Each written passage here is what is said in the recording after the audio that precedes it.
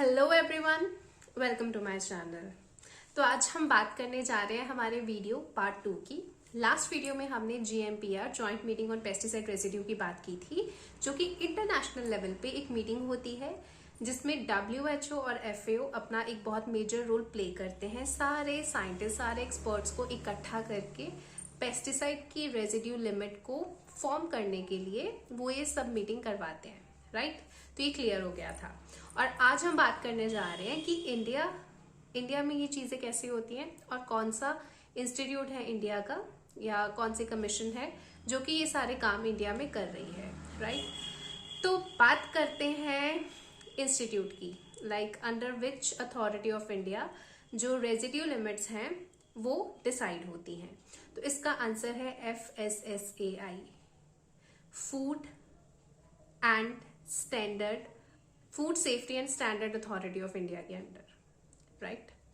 अब इससे पहले आगे मैं आपको इन डिटेल बताऊंगी कि FSSAI ये काम कैसे करवाती है। हिरारिकली छोटे से लेकर बड़े लेवल तक ये डाटा कैसे जनरेट होता है, फिर ये डाटा आगे कॉडेक्स एलिमेंट्रीज को कैसे जाता है और कॉडेक्स एलिमेंट्रीज के आगे जाके ये GMPR में कैसे डिस्कस होता है। लेकिन उससे पहले don't forget to like my channel, subscribe and please अगर आपके आसपास के जो भी स्टूडेंट्स हैं जिनके लिए ये वीडियो बहुत हेल्पफुल है तो आप उनसे भी शेयर करें। Agriculture, entomology, agronomy, herbicides and everyone those who are working in the field of pesticide, सबके लिए ये वीडियो काफी इंपॉर्टेंट है, राइट। तो स्टार्ट करते हैं। तो ये काम करने के लिए FSSAI ने क्या किया या गवर्नमेंट ने क्या किया, उन्होंने स्टेट एग्रीकल्चरल यूनिट्स जो स्टेट एग्रीकल्चर यूनिवर्सिटीज होती हैं और इसके साथ ICAR, Indian council of agricultural research, इसको बोला कि आप ऐसा करो, आप ना फील्ड में ट्रायल्स लगवाना शुरू करो। क्योंकि उस टाइम तक आई थिंक जितने भी पेस्टिसाइड रजिस्टर्ड थे उसमें से सिर्फ 52 पेस्टिसाइड्स की MRL तो है वो रजिस्टर हो पाए थे जब ये सब चीजें स्टार्ट हुई थी।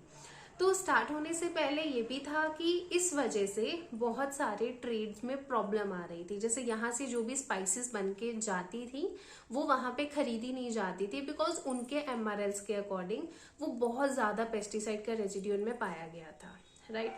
अब इस चीज को काउंटर करने के लिए गवर्नमेंट ने क्या किया, गवर्नमेंट ने बोला हम नेशनल लेवल पे भी प्रोजेक्ट चलाएंगे और उसके अंदर भी मिनी प्रोजेक्ट्स चलाएंगे और वो मिनी प्रोजेक्ट्स हम इंडिया के डिफरेंट स्टेट और यूनिवर्सिटीज को देंगे। मतलब एक स्टेट चूज कर ली, उसमें एक स्टेट एग्रीकल्चर यूनिवर्सिटी है, उसको बोलो कि आप यहाँ पे अपने ट्रायल कंडक्ट करवाएंगे, ओके। तो यानी कि अब जैसे I am living in Punjab, तो पंजाब में स्टेट एग्रीकल्चरल यूनिवर्सिटी है PIU, तो PIU ये ट्रायल्स कंडक्ट करती है, ओके।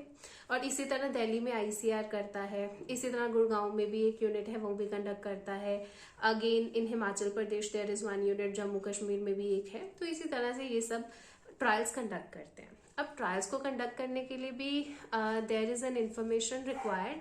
तो उसके लिए इन्होंने ये बोला, सबसे पहले जो एक बुलेटिन निकाली गई उसका नाम था OECD, राइट। आप गूगल पे सर्च भी कर सकते हैं, otherwise I can also give you the PDF, मैं लिंक नीचे डाल दूंगी PDF का, तो उसको आप डाउनलोड कर लेना। तो OECD डॉक्यूमेंट्स, OECD गाइडलाइंस के अकॉर्डिंग सबसे पहले जो पेस्टिसाइड रेजिड्यू की फिक्सेशन कैसे होगी, उसमें क्या क्या इन्फॉर्मेशन की रिक्वायरमेंट है, ये सब उसमें दिया गया है, राइट। इसके बाद जो दूसरा मैनुअल निकाला गया वो FSSAI के थ्रू निकाला गया। अब FSSAI ने ये बोला कि देखो आपको कैसे ट्रायल्स करवाने हैं, ओके।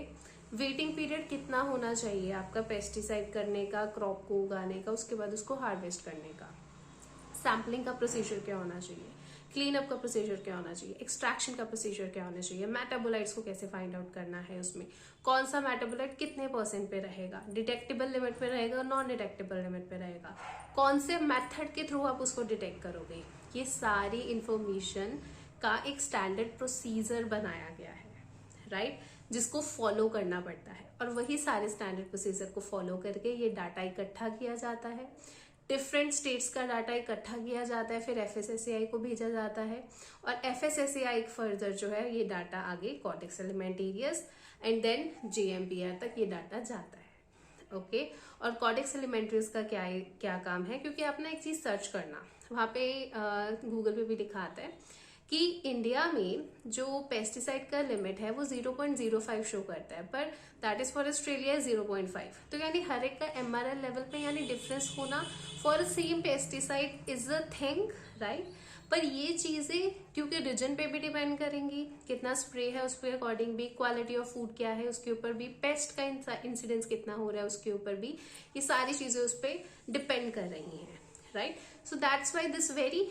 अब ये जब ये वेरी करेगा तो यानी उस कंट्री के अकॉर्डिंग कितना MRL होना चाहिए, ये इंपॉर्टेंट चीज है और ये डिटेक्ट होना चाहिए। ये नहीं कि इंडिया के लिए MRL इतना है तो ऑस्ट्रेलिया वाले का जी हमारे लिए इतना है तो आपका कंपाउंड गलत है।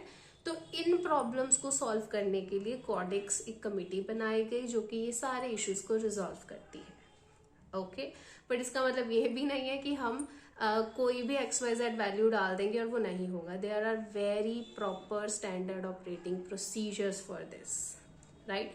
And that's how government is playing their role for providing the food safety and security to us. तो सबसे पहले गवर्नमेंट को बहुत बहुत मेरी तरफ से it's being a thanks that it's a really good effort they are doing at their best level, right. And we should support them और हमें इसके बारे में नॉलेज होनी चाहिए। और सेकेंड थिंग, FSSAI के अंदर भी यही सेम प्रोसीजर्स के लिए और उसके अंदर बहुत सारे एक्ट्स हैं, जैसे ये पर्टिकुलर वाली चीज भी food safety and standard act के अंदर ही आती है 2006 के अंदर, राइट। अब 2006 के अंदर there are SPS agreements also, और उस SPS एग्रीमेंट्स के अंदर ये पेस्टिसाइड वाले लेवल का काम किया जाता है। बिकॉज FSSAI के अंडर जो food safety and standard act है उसमें फूड से रिलेटेड और भी तो बहुत सारी चीजें होंगी, राइट। तो ये वाला एक्ट उसमें आता है, ओके। सो आई होप आपको इन्फॉर्मेशन बहुत अच्छी लगी होगी and this is all you need to know. लेकिन अगर इसके अलावा भी कोई आपकी क्वेरी है, you can drop down in the comment box. Don't forget to like, share, subscribe और अपने अड़ोसियों पड़ोसियों को भी बोलो कि वीडियो है अच्छी है देखें। और अगर आप एग्रीकल्चर से रिलेटेड हैं, डेयरी से रिलेटेड हैं, तो FSSAI के करियर्स पे जाके भी आप उसकी जॉब्स देख सकते हैं। और अगर आपको केमिस्ट्री पढ़ने में दिक्कत आ रही है बिकॉज मे बी कुछ जर्नल केमिस्ट्री जो है वो हमें रिक्वायर्ड होती है for the standard operating procedure, तो आप मेरा चैनल तन्वी केमिस्ट्री भी फॉलो कर सकते हैं, जिसपे मैं केमिस्ट्री की बेसिक रिएक्शंस, जो भी केमिस्ट्री हमें रिक्वायर्ड होती है लैब में, ये सारे असेसमेंट्स करने के लिए मैं सब वहां पे शेयर और डिस्कस कर रही हूँ।